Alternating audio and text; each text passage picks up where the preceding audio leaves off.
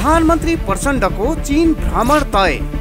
भ्रमणको पूर्व सन्ध्यामा चिनिया नाका मार्फत व्यापार वृद्धि। कस्तो छ रसुवागढी नाका र तातोपानी नाकाको व्यापार? चीन भ्रमण गर्नु अघि पर्ने तयारी न्यून। कति फलदायी होला प्रधानमन्त्री प्रचण्डको चीन भ्रमण? कार्यान्वयन होला त BRI? प्रधानमन्त्री प्रचण्डको चीन भ्रमण र नेपाल चीन बीचको सम्बन्ध विशेष। The news review.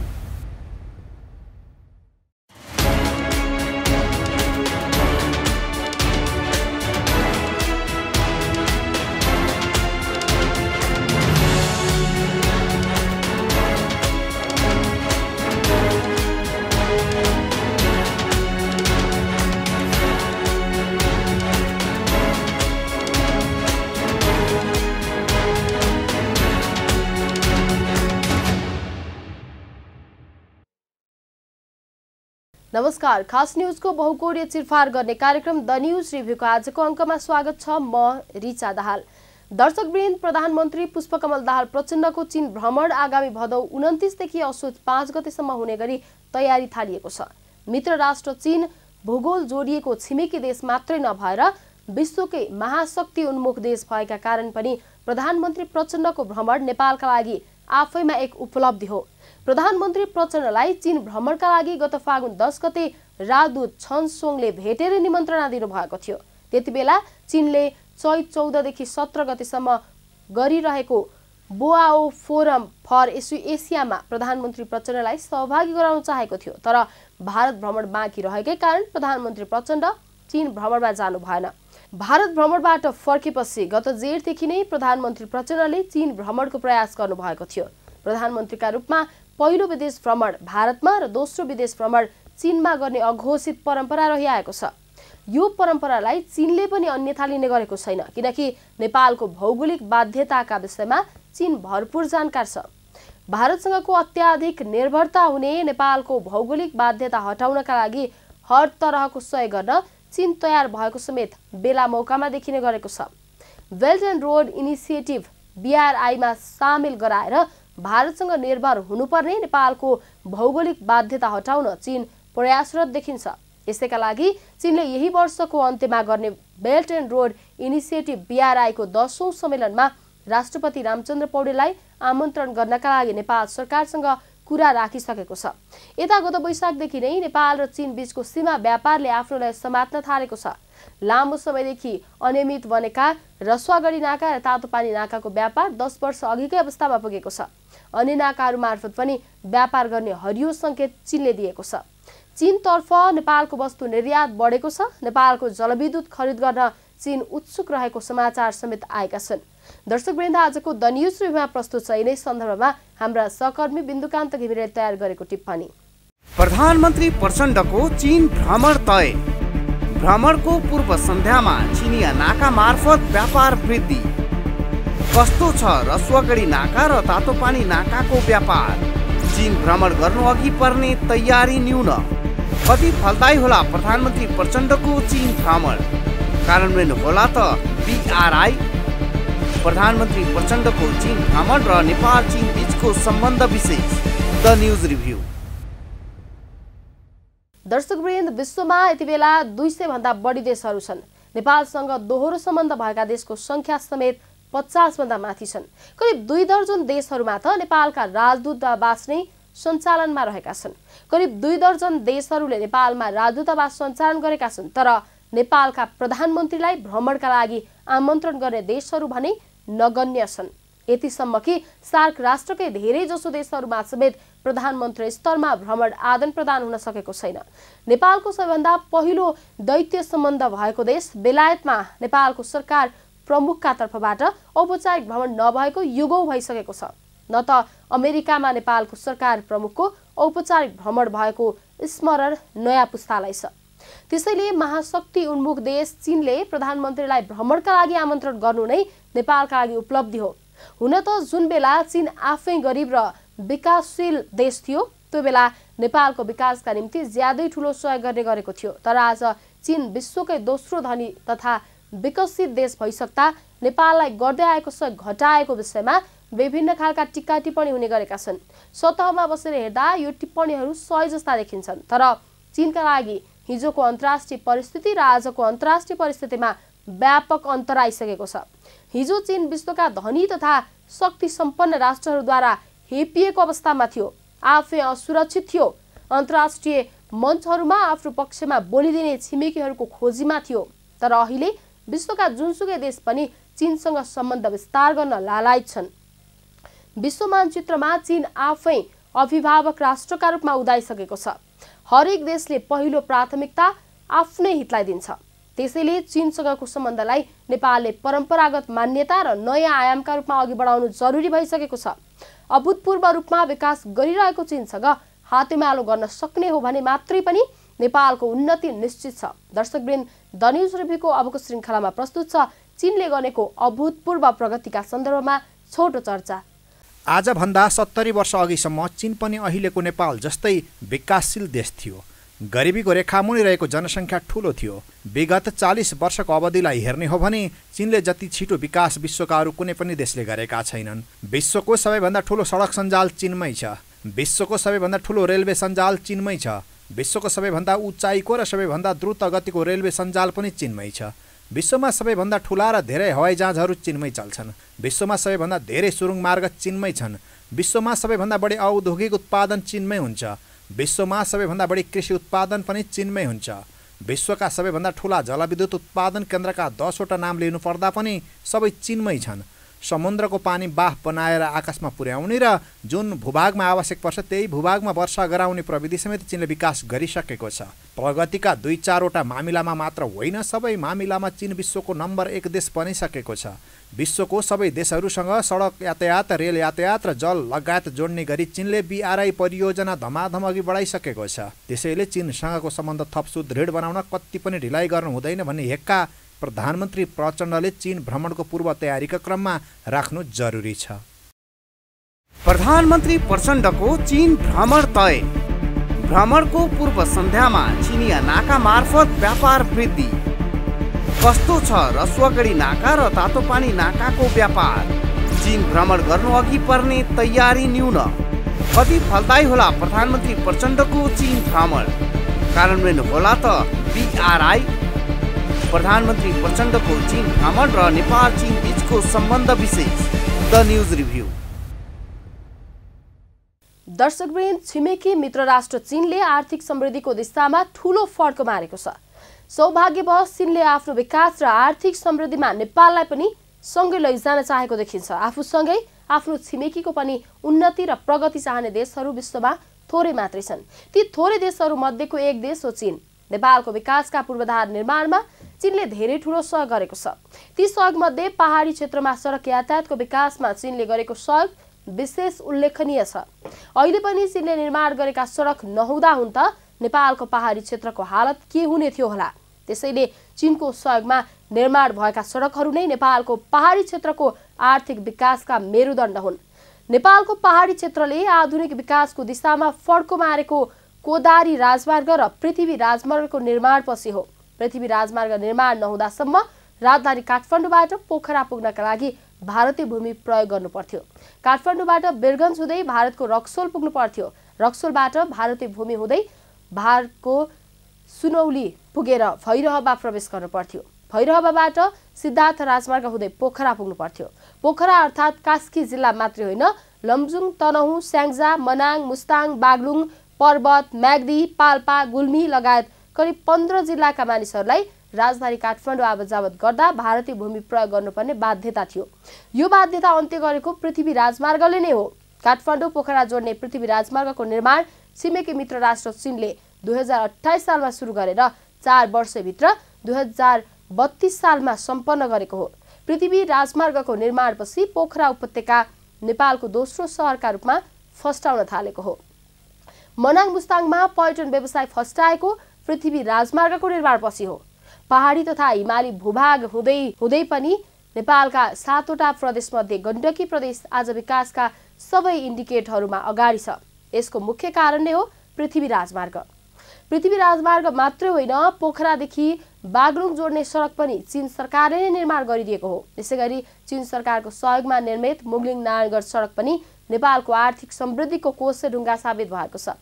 पृथ्वी राजमार्गको मुगलिङबाट नारायणगढसम्म करिब 30 किलोमिटर भिर पहरा खोपेर चीनले 2035 सालमा सडक निर्माण गरिदिएको थियो। मुगलिङ नारायणगढ सडक निर्माण नहुँदासम्म नेपालको राजधानी काठमाडौँ देशको बाँकी भूभागका लागि दुर्गम जस्तै थियो, किनकि त्यति बेलासम्म चीनले बनाइदिएको पृथ्वी राजमार्ग र कोदारी राजमार्ग बाहेक नेपालको पहाडी क्षेत्रमा सडक निर्माण भएकै थिएन। महेन्द्र राजमार्गको अधिकांश खण्ड निर्माण भएको थियो, तर हेटौडाबाट बाहेक राजधानी काठमाडौँ प्रवेश गर्नका लागि अरू ठाउँबाट सडक यातायातको सुविधा थिएन। हेटौडा काठमाडौँ जोड्ने त्रिभुवन राजपथमा अत्यन्त धेरै घुम्ती थिए, त्यसमा पनि सडक निकै साँघुरो थियो। ठुला बस तथा ठुला मालवाहक ट्रकहरू चल्न सक्दैनथे, दिनौं जसो सडक दुर्घटना हुन्थ्यो। जब छिमेकी मित्र राष्ट्र चीनले पृथ्वी राजमार्गको मुगलिङबाट नारायणगढसम्मको सडक निर्माण गरिदियो, त्यसपछि मात्रै राजधानी काठमाडौँ र नेपालको बाँकी भूभाग भरपर्दो सडक यातायातले जोडिएको हो। यति बेला चितवन पनि राजधानी काठमाडौँ जस्तै समृद्ध सहरको रूपमा विकास भएको छ। यसको मुख्य कारण भनेको चीनको सहयोगमा निर्माण भएको मुगलिङ नारायणगढ सडक हो। दर्शकवृन्द, द न्यूज रिभ्यूको अबको श्रृङ्खलामा प्रस्तुत छ पश्चिमा देशहरूको चर्को अवरोधका बीच पनि चीनले नेपालको विकासका लागि गरेका सहयोगहरूको सन्दर्भमा छोटो चर्चा।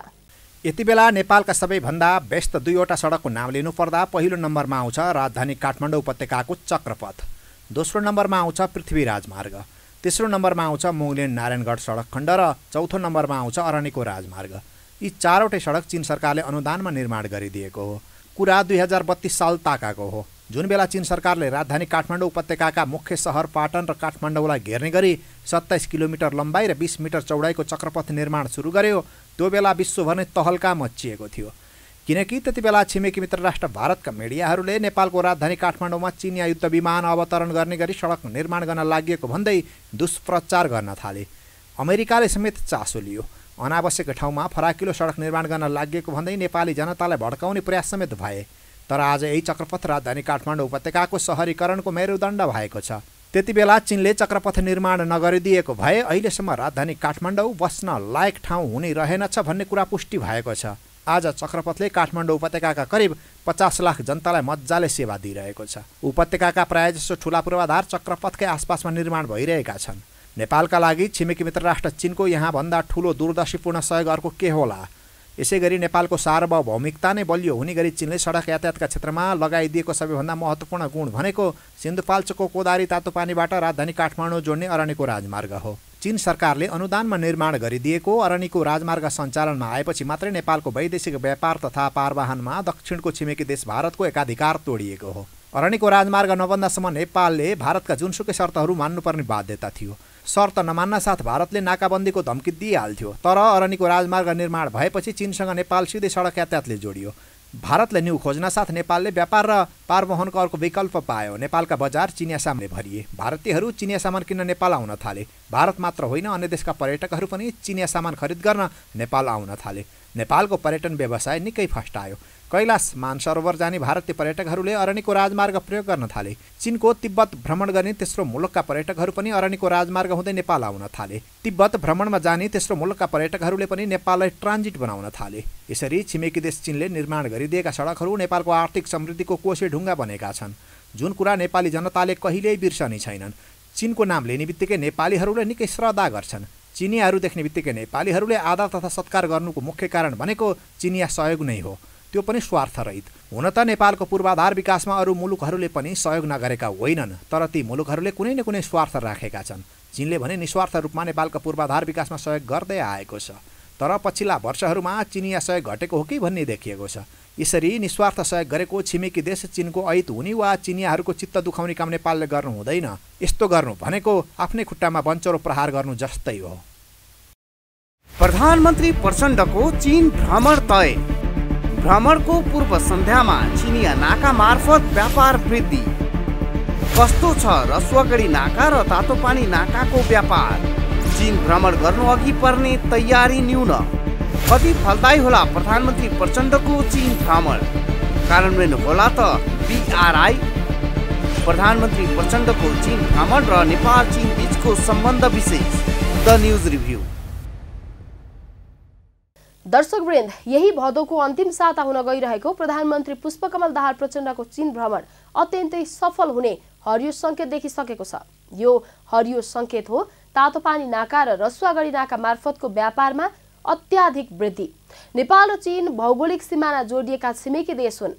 पूर्वको जोङसोङ हिमालदेखि पश्चिमको तिङ्कर भन्ज्याङसम्म 1389 किलोमिटर सिमाना निर्धारण भइसकेको छ भने तिङ्कर भन्ज्याङदेखि लिम्पियाधुवासम्मको 63 किलोमिटर सीमाङ्कन हुन बाँकी छ। यसरी नेपाल र चीन 1452 किलोमिटर भौगोलिक क्षेत्रले जोडिएका छन्। तर विडम्बना यो छ कि यी दुई देशबीच वस्तुको आयात र निर्यात करिब 10,000 किलोमिटरको दूरी पार गर्दै समुद्र तथा भारतको भूमि हुँदै हुने गरेको छ। अधिकांश सीमा उच्च हिमाली क्षेत्रको पानी ढलोमा पर्ने भएका कारण पनि नेपाल र चीन बीच स्थलगत सीमा मार्फत व्यापार हुन नसकेको हो। तर सबै सीमा क्षेत्र यस्तै कठिन छैन। 2000 मिटर उचाइसम्मका भन्ज्याङ तथा नदीका बेसीहरू पनि नेपाल चीन सीमा क्षेत्रमा छन्। उदाहरणका लागि रसुवाको सीमावर्ती चीनको केरुङ बजार र सिन्धुपाल्चोकको सीमावर्ती चीनको खासा बजार 2000 किलोमिटर भन्दा कम उचाइमा छन्, जसलाई क्रमशः रसुवागढी नाका र कोदारी नाका भन्ने गरिन्छ। यी नाकाहरूमा दुवै देशका तर्फबाट सुविधा सम्पन्न पक्की सडक जोडिएका छन्। अपवाद बाहेक हिउँ नपर्ने भएकाले यी नाकाबाट 12 महिना व्यापार गर्न सकिन्छ। नेपालको राजधानी काठमाडौँबाट यी दुई नाकासम्म पुग्ने दूरी भारतीय नाकामा पुग्ने दूरी भन्दा निकै छोटो छ। यसमध्ये कोदारी नाका त आजभन्दा 6 दशक अघि सडक यातायातले जोडिएपछि गुल्जार बन्न थालेको थियो। 1 दशक अघिसम्म पनि नेपाल र चीन बीचको व्यापारको सबभन्दा ठूलो हिस्सा कोदारी नाकाले ओगट्ने गर्थ्यो। 2071 सालमा अरनिको राजमार्गको जुरे क्षेत्रको सडक खण्ड पहिरोले भासिएपछि कोदारी अर्थात् तातोपानी नाका केही महिना अवरुद्ध भयो। सडक मर्मत हुनासाथ 2072 साल वैशाख 12 र 29 गते विनाशकारी भूकम्प गयो। भूकम्पका कारण तातोपानी नाकाका दुवै तर्फका बजारहरू ध्वस्त भए। सीमा क्षेत्र भएका कारण तातोपानी क्षेत्रको उद्धार तथा राहतमा चिनिया जनशक्ति आफै खटियो। चिनिया उद्धार टोलीले तातोपानी बजारका घर घरमा आफ्ना पृथकतावादी नेता दलाई लामाको तस्बिर देख्यो। यही कारण सशंकित भएको चीनले तातोपानी नाकालाई सुचारू गर्ने जाँगर देखाएन। नेपालका तर्फबाट पनि दलाई लामाको तस्बिर राखिनुको वास्तविकताबारे जानकारी गराउने प्रयास भएन। चीनले तातोपानी नाकाको विकल्पका रूपमा अझ सुविधा सम्पन्न रसुवागढी नाका तयार गर्यो। तर रसुवागढी नाकाको पूर्वाधार तयार हुँदा नहुँदै कोरोनाको महामारी सुरु भयो, जसका कारण रसुवागढी नाका पनि निर्बाध रूपमा सञ्चालन हुन सकेन। 2080 सालको सुरुवातदेखि भने यी दुवै नाकाहरू बिस्तारै तङ्ग्रिन सुरु भएका छन्। व्यापार बढ्दो क्रममा रहेको छ। दर्शकवृन्द, द न्युज रिभ्यूको अबको श्रृङ्खलामा प्रस्तुत छ रसुवागढी र तातोपानी नाका मार्फत भइरहेको व्यापार वृद्धिका सन्दर्भमा छोटो चर्चा। गत साउन महिनाको आँकडा हेर्ने हो भने नेपाल चीन बीच सिमानाको व्यापार 9 वर्ष अघि अर्थात् जुरी पहिरोकै अघिकै अवस्थामा पुगेको छ। यी दुवै नाकाको व्यापार अनुमान गरिए भन्दा बढी फस्ट आएको छ। उदाहरणका लागि तातोपानी भन्सार नाकाबाट साउनमा 32 करोड रुपियाँ राजस्व उठाउने लक्ष्य राखिएकोमा 53 करोड रुपियाँ उठेको छ। यो लक्ष्यको तुलनामा 65% बढी हो। त्यसैले रसुवागढी नाका भन्सार कार्यालयबाट साउनमा 80 करोड रुपियाँको राजस्व उठाउने लक्ष्य निर्धारण गरिएकोमा 1 अर्ब 4 करोड रुपियाँको राजस्व उठेको छ। यसरी तातोपानी र रसुवा नाकाबाट साउनमा 1 अर्ब 12 करोड रुपियाँ भन्सार महसुल उठ्ने लक्ष्य लिएकोमा 1 अर्ब 52 करोड रुपियाँ असुल भएको छ। यी नाका निर्बाध रूपमा सञ्चालनमा आएसँगै नेपालतर्फको निर्यात व्यापार पनि वृद्धि भएको छ। तर मानिसको आउजाउमा भने चीनले अझै पनि कडाई गरेको छ, जसका यी दुई नाकाबाट हुने कारण पर्यटकहरूको आवागमन ठप्प जस्तै छ। अब तीज, दशैं तिहार, छठ जस्ता ठुला चाडपर्वहरू नजिक आउँदैछन्। पर्यटकीय सिजन पनि सुरु हुँदैछ। यही भदौको अन्तिम साता प्रधानमन्त्री पुष्पकमल दाहाल प्रचण्डको चीन भ्रमण तय भएको छ। नेपाल र चीन बीचको सम्बन्ध पूर्ववत अवस्थामा फर्काउन हरसम्भव प्रयास गर्नु जरुरी छ, किनकि चीनसँगको असल सम्बन्ध जहिले पनि नेपालको हितमा हुन्छ। 1 वर्षमा 20 करोड चिनिया नागरिकहरू पर्यटकका रूपमा विदेश भ्रमणमा निस्कन्छन्, जसमध्ये 1% मात्रै नेपाल भित्राउन सक्ने हो भने नेपालले आर्थिक समृद्धिमा ठूलो फड्को मार्छ। त्यसैगरी 1 वर्षमा 16 करोड विदेशी पर्यटकहरूले चीनको तिब्बत भ्रमण गर्छन्। त्यसमध्ये 1% मात्रै नेपालमा भित्राउन सक्ने हो भने पनि नेपालका आर्थिक समृद्धि टाढा छैन। तर यी दुवै कामका लागि BRI अन्तर्गतको परियोजना निर्माण सम्पन्न हुनु जरुरी छ। प्रधानमन्त्री प्रचण्डको चीन भ्रमण तय। भ्रमणको पूर्व सन्ध्यामा चिनिया नाका मार्फत व्यापार वृद्धि। कस्तो छ रसुवागढी नाका र तातोपानी नाकाको व्यापार? चीन भ्रमण गर्नु अघि पर्ने तयारी न्यून। कति फलदायी होला प्रधानमन्त्री प्रचण्डको चीन भ्रमण? कार्यान्वयन होला त BRI? प्रधानमन्त्री प्रचण्डको चीन भ्रमण र नेपाल चीन बीचको सम्बन्ध विशेष। The news review. दर्शकवृन्द, हिजो आफ्नो देशको विकास बजेट कटौती गरेरै चीनले नेपाललाई सहयोग प्रदान गर्दै आएको थियो। तर आजको चीनले आफूलाई घाटा हुने गरी नेपाललाई सहयोग गर्दैन भन्ने कुरामा हाम्रो देशका नीति निर्माण तहमा रहनेहरू स्पष्ट हुनैपर्छ। चीन भ्रमणको पूर्व तयारीका क्रममा प्रधानमन्त्री प्रचण्ड स्पष्ट हुनुपर्ने भनेको यही मामिलामा हो। नेपाललाई फाइदा हुने र चीनलाई अझै बढी फाइदा हुने परियोजनाहरूको खोजी गर्न सके प्रधानमन्त्री प्रचण्डको भ्रमण थप फलदायी हुनेछ। यो मामिलामा BRI को कार्यान्वयन सबैभन्दा महत्त्वपूर्ण हो। BRI कार्यान्वयनमा नेपाल अनिच्छुक देखिएको महसुस जबसम्म चीनले गरिरहन्छ तबसम्म चीनबाट उल्लेख्य सहयोग हुनेवाला छैन। संकेत देखिसक्यो। BRI अन्तर्गतका परियोजना निर्माण गर्न सक्ने आर्थिक हैसियत नेपालको छैन। यी परियोजनाका लागि नेपालले चीन बाहेक अरू देशबाट आर्थिक सहयोगको कुरा त परै जाओस्, ऋण समेत पाउने अवस्था छैन। BRI अन्तर्गतका परियोजना अघि बढाउन सक्ने आर्थिक हैसियतमा नेपाल कसरी र कुन बेला पुग्न सक्छ भन्ने यथार्थ कुरा प्रधानमन्त्री प्रचण्डले चीन समक्ष राख्न सक्नुपर्छ। यसका लागि प्रधानमन्त्री प्रचण्डले आफ्नो भ्रमण दलमा सकेसम्म सबै राष्ट्रिय पार्टीका प्रतिनिधित्वहरूलाई सामेल गराउनुपर्छ। एक वर्षमा करिब 20 करोड चिनियाहरू पर्यटकका रूपमा विदेश भ्रमणमा जान्छन्। तर चीनले नै BRI को नाम दिएर ऋणमा बनाइदिएको पोखरा अन्तर्राष्ट्रिय विमानस्थल खाली छ। चीनबाट वार्षिक 20 लाख पर्यटक नेपाल आउने हो भने पनि BRI अन्तर्गतका परियोजना अघि बढाउने आर्थिक सामर्थ्य नेपालले राख्छ। दर्शकवृन्द, द न्यूज रिभ्यूका आजको प्रसङ्ग यति नै। तपाईँ न्यूज नेपाल टेलिभिजनको प्रसारण युट्युब र फेसबुकमा पनि प्रत्यक्ष हेर्न सक्नुहुनेछ। आजको प्रस्तुतिबाट हामी सबैलाई बिदा दिनुहोस्। हेर्दै गर्नुहोला न्यूज नेपाल टेलिभिजन। नमस्कार।